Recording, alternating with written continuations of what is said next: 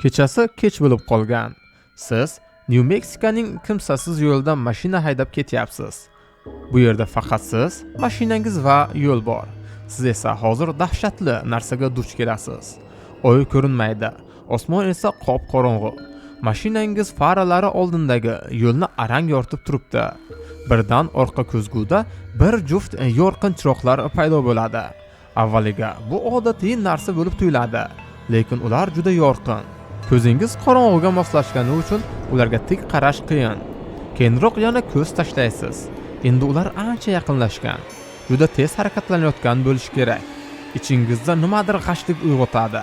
Orqangizdagi mashinada nimadir g'alati. Tezlikni biroz oshirasiz, lekin u chiroqlar baribir yaqinlashishda davom etadi. Yanada tezlashasiz, ammo baribir orqangizdagi mashina yetib olaveradi. Yuragingiz guvillab urmoqda. Hozir ular go'yo to'g'ridan to'g'ri siz tomonga kelayotgandek tuyuladi.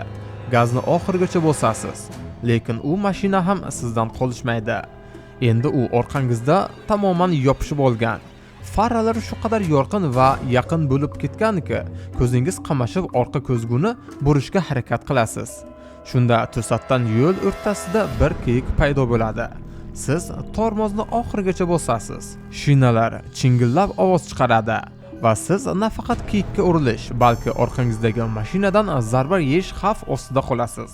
Lekin hayratlanarli narsa yuz beradi.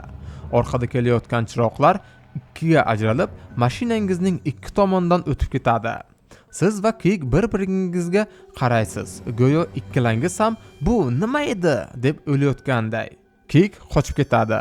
Siz esa bir soniyaga ham kutib o'tirmay orqaga harakat qilib, mashinani 180 darajaga burib olasiz.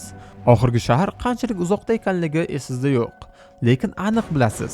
Bu yerdan iloji boricha tezroq chiqib ketish kerak. Tezlik bilan orqaga qaytasiz. Orqa ko'zguni doimiy tekshirib borasiz. Hech narsa yo'q, faqat qorong'ulik. Nihoyat, xavfsiz joyga yetib kelgan bo'lishingiz kerak. Yo'q, ular oldingizda. Qanday qilib bilmadim, lekin o'sha yorug' chiroqlar qandaydir sirli tarzda mashinangizning ro'parasida paydo bo'lgan. Siz mashinangizni boshqarishga urinasiz. Oldingizdagi to'qnashuvdan qochaman deb yo'ldan chiqib ketasiz. Mashina aylana boshlaydi. Siz esa yon oynaga qattiq urilasiz. Mashina ag'dirilib, yo'ldan 100 fut nariga to'xtaydi. Atrofni faqat bir miltayotgan burilish chirog'i yoritmoqda. Shunda asta-sekin bitta far yaqinlashayotganini ko'rasiz. Lekin bu mashina emas. U xuddi tirik mavjudotdek harakatlanmoqda. Siz avtohalokatdan keyin hushyorligingizni yo'qotyapsiz. Ko'z oldingiz qorong'ulasha boshlaydi. Oxirgi ko'rgan narsangiz esa ikkinchi faraning ham yaqinlashayotgani edi. Ertasi kuni mahalliy sherif yo'lda sodir bo'lgan avariyani tekshirib yuribdi. Ammo bu yerda hech qanday jasad yo'q. Faqat yirtiq kiyim bo'laklari va mashinaning teskari tomonidagi tomida turgan juft tennis tuflisi bor xolos. Eng g'alatisi esa mashina eshigidagi bolalarga o'xshashlik kichik qo'l izlari. Sherif nima bo'lganini tushunmayapti.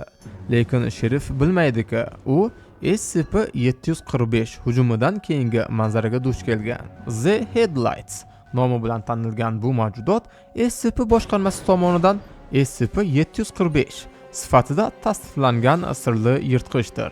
U asosan New Mexiconing tashlandiq yo'llarida ov qiladi. SCP-745 ning eng diqqatga sazovor xususiyati uning boshi. U shaffof teri bilan qoplangan, shishgan xaltachaga o'xshaydi. Unda hech qanday sezgi organlari yo'q. Mustahkam bosh suyagi ham yo'q. Buning o'rniga uning miyasi bevosita tashqaridan ko'rinib turadi va butun bosh terisi bo'ylab bioluminescent, ya'ni o'zidan yorug'lik chiqaruvchi organlar joylashgan. Ushbu organlar 1400 dan 3200 lumen xenon faralarga teng yorug'lik tarata oladi. SCP-745 ushbu yorug'likni boshqarish, rangini o'zgartirish va turli chiroq signallarini yoqish qobiliyatiga ega. Olimlar buni himoya mexanizmi yoki o'zaro muloqot vositasi deb hisoblashadi. Qolgan tanasi esa shu qadar qora rangda bo'lib, go'yo atrofdagi har qanday yorug'likni yutib yuborgandek tuyuladi. Uning boshi esa shu qadar yorqin bo'lganligi uchun u faqat qorong'ulik ichida suzib yurgan nur nuqtasiga o'xshaydi. SCP-745 juft bo'lib ov qiladi va ular tezligi 180 km/soatgacha yetishi mumkin. Ko'pincha ular yo'lda yolg'iz ketayotgan mashinalarni ta'qib qilishadi yoki ularga bevosita qarab yugurishadi. Bu esa haydovchiga katta tezlikda kelayotgan mashina yaqinlashayotgandek tuyuladi. Maqsad bitta: haydovchini vahimaga solib yo'ldan chiqarish yoki uni majburan to'xtatish. Agar siz tunda notanish yo'lda yolg'iz bo'lsangiz va ortingizdan yoki oldingizdan kelayotgan g'alati faralarni ko'rsangiz, bilingki, sizni SCP-745 ovlamoqda. Ularning o'ljasi to'xtaganida, halokatga uchraganida yoki boshqa yo'l bilan harakatsiz qolganda juftlik harakat qilishni to'xtatadi va mashinaga yaqinlashib to'g'ridan to'g'ri hujum qiladi va transport vositasining ichidagi odamlarni yeydi. Hujumdan keyin deyarli hech qanday qoldiq qolmaydi. Faqat kiyim bo'laklari va qurbonlarning poyafzallari topiladi. Avtohalokatdan kelib chiqqan zarardan tashqari hech qanday kurash yoki zo'rlik bilan kirish belgilari aniqlanmagan. Hujum joyida topilgan begona dalil SCP-745 ning kichik old panjalari qoldirgan bolaniki singari qo'l izlari. Qizig'i shundaki, SCP-745 ning genetik tuzilishini tahlil qilish shuni ko'rsatdiki, ular insonlar kabi uglerod asosidagi hayot shakli emas. Bu shuni anglatadiki, ular inson go'shtini iste'mol qilish orqali oziq moddalar olmaydi. Shuning uchun ularning ov qilish maqsadi shunchaki sport yoki boshqa g'alati zavq uchun ekanligi taxmin qilinmoqda. Biroq bu savol hozircha javobsiz qolmoqda. Chunki SCP-745 tabiiy sharoitda ovqatlanayotganiga hech kim guvoh bo'lmagan. Muvaffaqiyatli hujumlardan hech qachon tirik guvoh bo'lmagan va SCP boshqarmasi tomonidan qo'lga olingan namunalar umuman ovqat yemaydi. SCP-745 ning hech qanday uya yoki boshpana joylari topilmagan. Shuningdek, boshqarma bu mavjudotlarning ko'payish joylari yoki yosh namunalarini aniqlay olmagan. Ular qanday yoki qachon paydo bo'lganligi noma'lum. Ma'lum bo'lgan narsa shuki, ular Amerika janubiy-g'arbida keng ov hududini o'rnatgan. Ammo 1960-yillarda SCP boshqarmasi ularning sonini kamaytirish dasturini boshlagan. Ushbu chora hozirgacha muvaffaqiyatli bo'lib ko'rinadi. Chunki SCP-745 ning so'nggi ko'rinishlari faqat Shimoliy Nyu-Meksikadagi ma'lum bir yo'l uchastkasida kuzatilgan. SCP-745 Euclid sifatida kiritilgan va fuqarolar bilan ehtimoliy aloqani cheklash uchun boshqarma ushbu yo'l atrofidagi hududni sotib olib, transport vositalarini boshqa yo'llarga yo'naltirgan. Yo'l patrul xodimlari sifatida niqoblangan xavfsizlik jamoalari tasodifan bu xavfli yo'lga tushib qolgan yo'lovchilarni olib tashlash bilan shug'ullanadi. Shuningdek, ular SCP-745 namunalarini qo'lga olishga harakat qilishadi.